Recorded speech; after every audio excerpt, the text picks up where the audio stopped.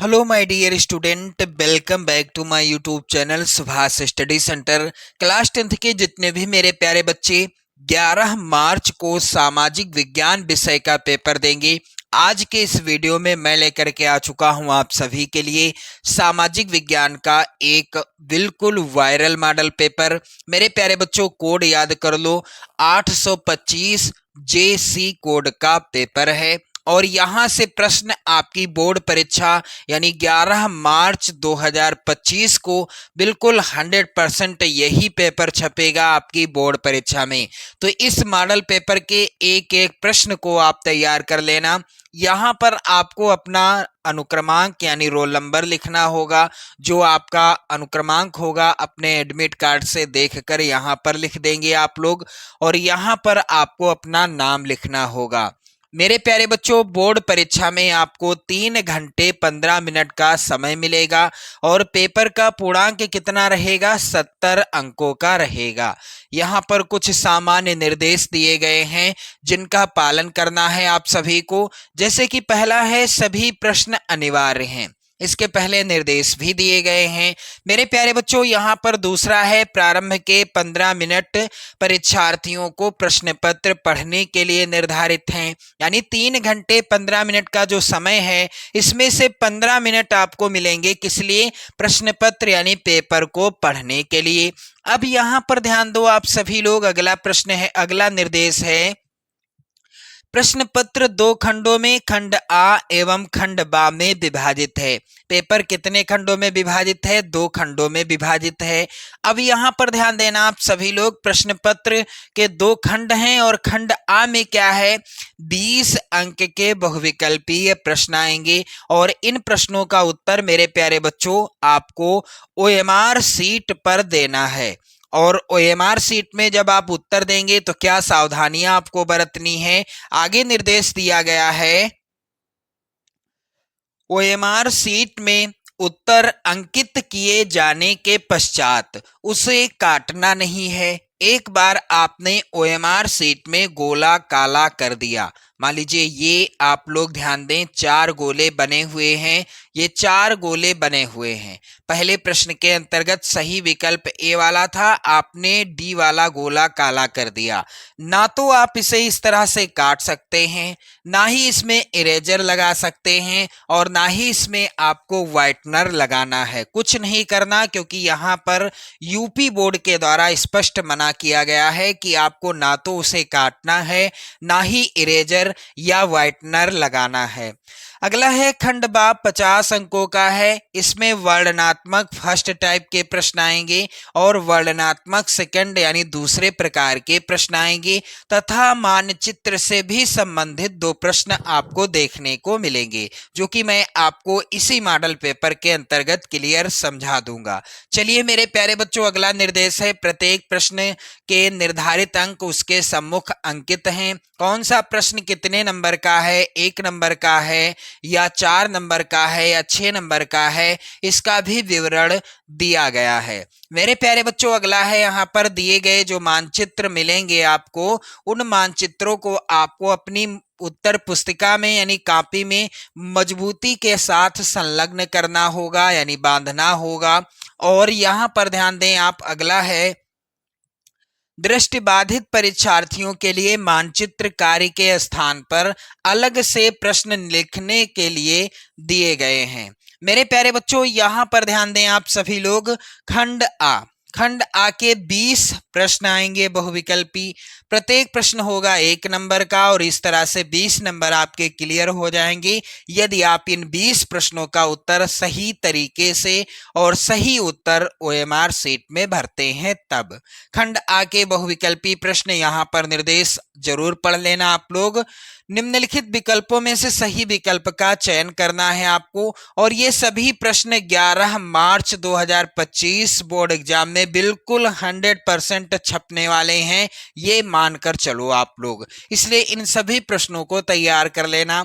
चलिए पहला प्रश्न मेरे प्यारे बच्चों है, फ्रांस की क्रांति कब हुई थी? तो फ्रांस की क्रांति कब हुई थी? यहाँ पर राइट आंसर क्या हो जाएगा?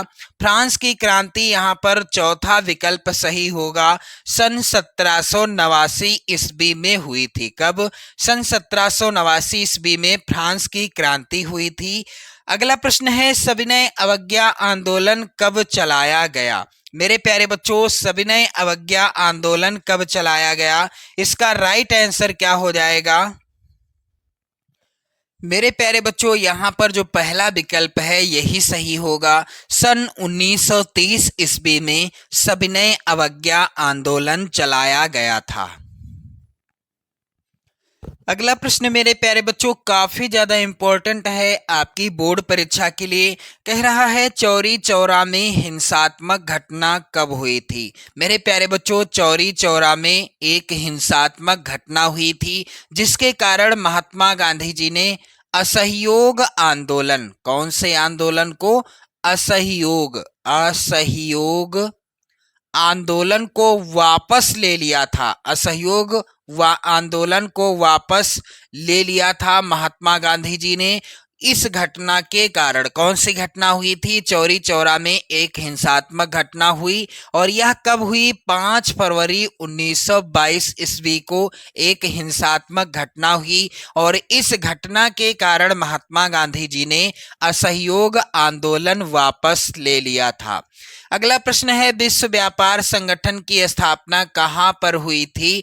मेरे प्यारे बच्चों, इसका राइट आंसर होगा गा वाला ऑप्शन, जिनेवा में। और यहां पर ध्यान दें आप सभी लोग, विश्व व्यापार संगठन की स्थापना कब हुई थी? यदि प्रश्न आता है तो उत्तर होगा आपका 1 जनवरी 1995 ईस्वी में विश्व व्यापार संगठन की स्थापना हुई थी। कहाँ?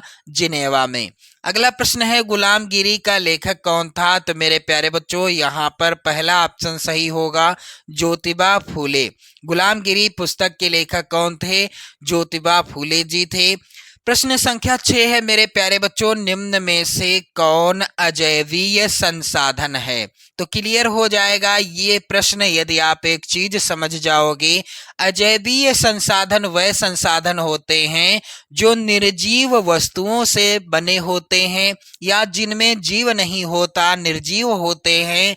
जैव संसाधन वह संसाधन होते हैं जो जीवित अवस्था में होते हैं, जिनकी वृद्धि और जिनका विकास होता है, जैव संसाधन कहलाते हैं। उदाहरण के लिए मनुष्य एक जैव संसाधन है। मेरे प्यारे बच्चों, निर्जीव या अजैवीय संसाधन क्या है यहाँ पर? तो पशु क्या है? ये जैवीय संसाधन है, जैव संसाधन है क्योंकि जीवित अवस्था में होता है। और पौधे भी जैव संसाधन हैं, मछलियां भी जैव संसाधन हैं। अजैवीय संसाधन या निर्जीव संसाधन क्या हैं? चट्टाने। यहाँ पर चौथा विकल्प सही होगा। मेरे प्यारे बच्चों, क्लियर हो गया ना?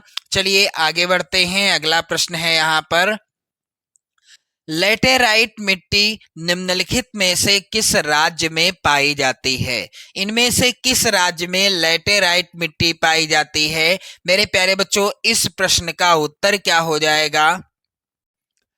इसका राइट आंसर है महाराष्ट्र।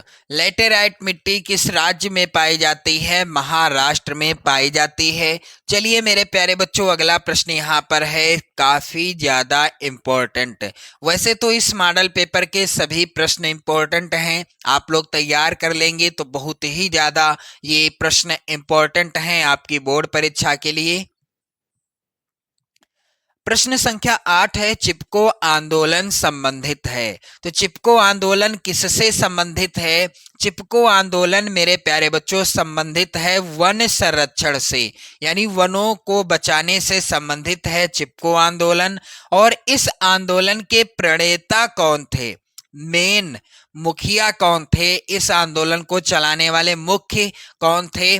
तो यहाँ पर उत्तर क्या होगा? सुंदरलाल बहुगुणा। आप लोग याद कर लेना, चिपको आंदोलन का जो है प्रणेता कौन थे? सुंदरलाल बहुगुणा जी थे। कौन? सुंदरलाल बहुगुणा जी।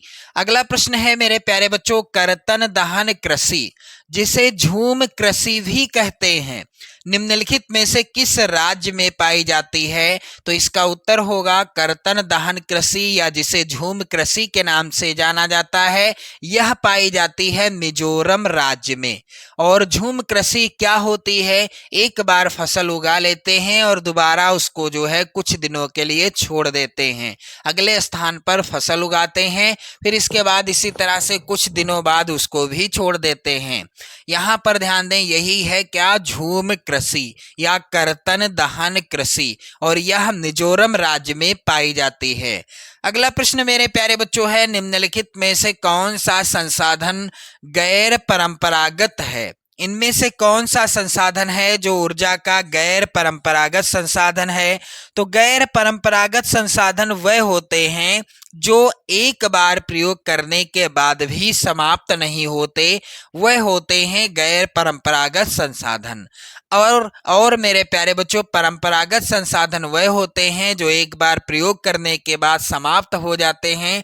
तो यहाँ पर ध्यान दीजिएगा, पवन ऊर्जा कैसा संसाधन है?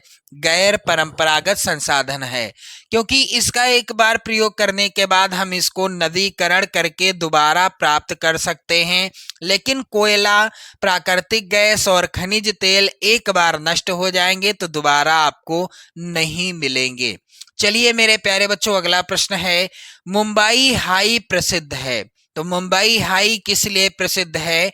इसका राइट आंसर क्या होगा मेरे प्यारे बच्चों? मुंबई हाई प्रसिद्ध है पेट्रोलियम के लिए। यहाँ पर घा वाला ऑप्शन सही होगा, जहां पर मुंबई हाई के लिए, यहाँ पर ध्यान दीजिएगा कौन सा सही है?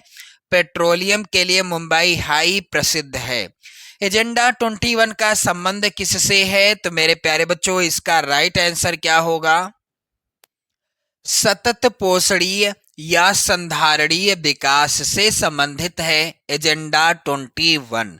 अगला प्रश्न है, जब एक देश में एक स्थान से दूसरे स्थान पर व्यापार किया जाता है तो उसे क्या कहते हैं?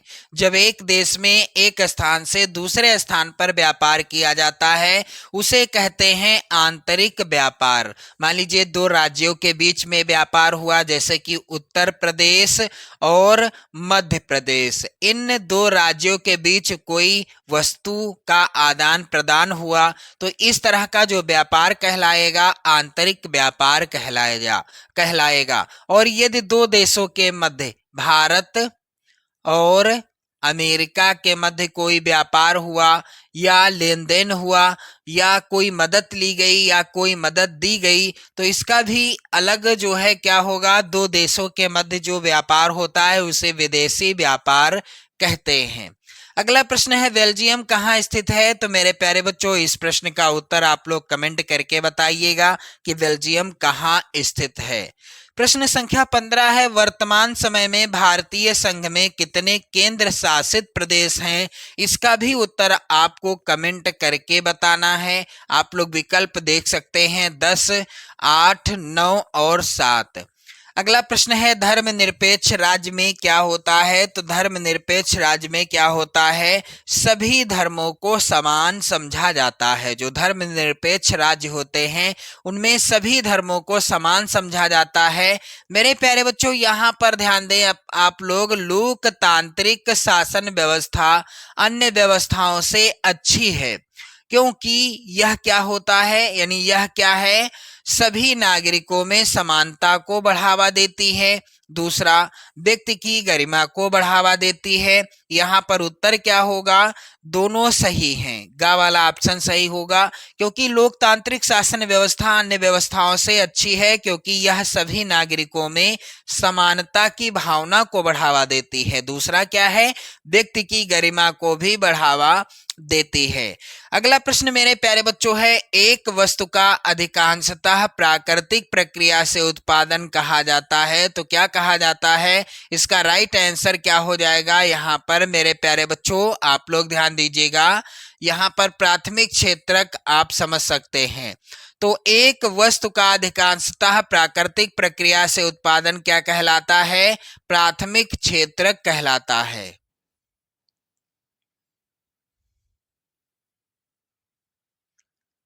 चलिए अगला प्रश्न यहाँ पर है, मुद्रा का निर्गमन किसके द्वारा किया जाता है? तो मेरे प्यारे बच्चों, मुद्रा का निर्गमन किया जाता है भारतीय रिजर्व बैंक के द्वारा। इसे बैंकों का बैंक भी कहते हैं और भारतीय रिजर्व बैंक की स्थापना हुई थी सन 1935 ईस्वी में। आप लोग ध्यान दीजिएगा।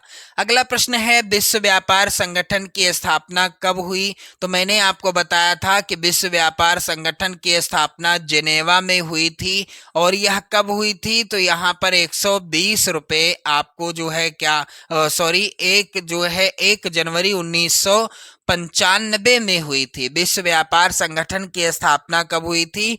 1 जनवरी 1995 में। चलिए इसी तरह के 20 बहुविकल्पी प्रश्न आएंगे। प्रत्येक प्रश्न 1 नंबर का होगा। बिल्कुल वायरल प्रश्न है। इस मॉडल पेपर के सभी प्रश्नों को आप लोग तैयार कर लें। खंड बा के अंतर्गत जो फर्स्ट टाइप के प्रश्न आएंगे वर्णनात्मक, जिनका उत्तर आपको लगभग 80 शब्दों में लिखना होगा। तो यहाँ पर प्रश्न है, प्रथम विश्व युद्ध के पश्चात होने वाली महामंदी के कारणों की समीक्षा कीजिए। 4 नंबर का प्रश्न आएगा। अथवा आप सभी लोग ध्यान दें, इस मॉडल पेपर के सभी प्रश्नों को आप लोग कर लीजिएगा। तो यहाँ पर ध्यान दीजिएगा, 1928 से 1934 के मध्य होने वाली महामंदी का भारतीय अर्थव्यवस्था पर पड़ने वाले प्रभावों की समीक्षा कीजिए। प्रश्न संख्या 2 है, अपने प्रदेश के 2 क्षेत्रीय दलों का उल्लेख कीजिए। और अथवा में प्रश्न है, सत्ता की साझेदारी लोकतंत्र की आत्मा है, इस कथन की विवेचना कीजिए। ये सभी प्रश्न मोस्ट इंपॉर्टेंट हैं। और यहाँ पर ध्यान दीजिएगा, अगला प्रश्न है यहाँ पर, परिवहन तथा संचार के साधन किसी भी देश की जीवन रेखा तथा अर्थव्यवस्था क्यों कहे जाते हैं? तर्क सहित उत्तर दीजिए। मेरे प्यारे बच्चों, यहाँ पर अगला प्रश्न जिसे आपको तैयार कर लेना है, आर्थिक विकास के लिए ऊर्जा एक आधारभूत आवश्यकता है, इस कथन की के परिप्रेक्ष्य में ऊर्जा का संरक्षण हेतु अपनाए जाने वाले उपायों पर अपना मत स्पष्ट कीजिए। मेरे प्यारे बच्चों, यहाँ पर ध्यान दीजिएगा, अच्छे बाजार, अगला प्रश्न यहाँ पर है, अच्छे बाजार के प्रमुख लक्षणों की समीक्षा में विवेचना कीजिए।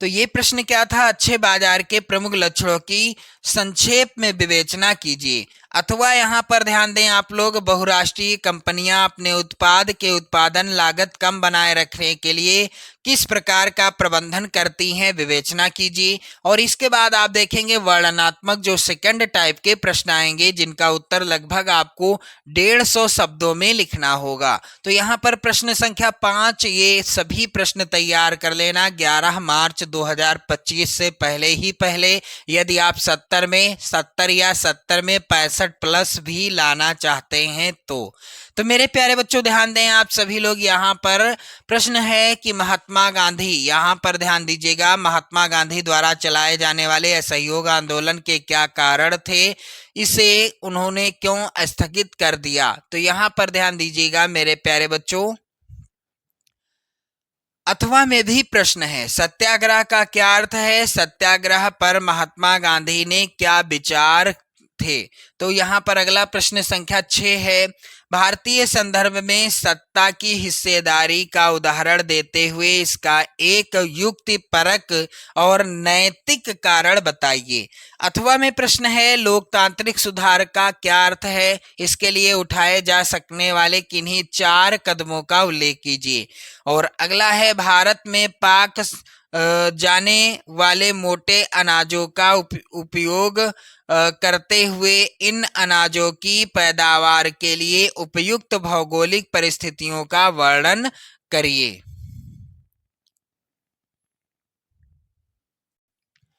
अगला प्रश्न मेरे प्यारे बच्चों सबसे ज्यादा इंपॉर्टेंट है, भारतीय संदर्भ में सत्ता की हिस्सेदारी का उदाहरण देते हुए इसका एक युक्तिपरक और नैतिक कारण बताइए। प्रश्न इस तरह का जो आएगा 6 नंबर का आएगा। वर्णनात्मक जो सेकंड टाइप के प्रश्न है 6 नंबर का है। चलिए अगला प्रश्न यहाँ पर मेरे प्यारे बच्चों है, अथवा में लोकतांत्रिक सुधार का क्या अर्थ है, इसके लिए उठाए जा सकने वाले किन्हीं 4 कदमों का उल्लेख कीजिए। और प्रश्न संख्या 7 है, भारत में पाए जाने वाले मोटे अनाजों का उल्लेख करते हुए इन अनाजों की पैदावार के लिए उपयुक्त भौगोलिक परिस्थितियों का वर्णन करिए। अगला प्रश्न है यहाँ पर अथवा में, ये भी इंपॉर्टेंट है मेरे प्यारे बच्चों आपकी बोर्ड परीक्षा के लिए। कह रहा है वैश्वीकरण का क्या अर्थ है।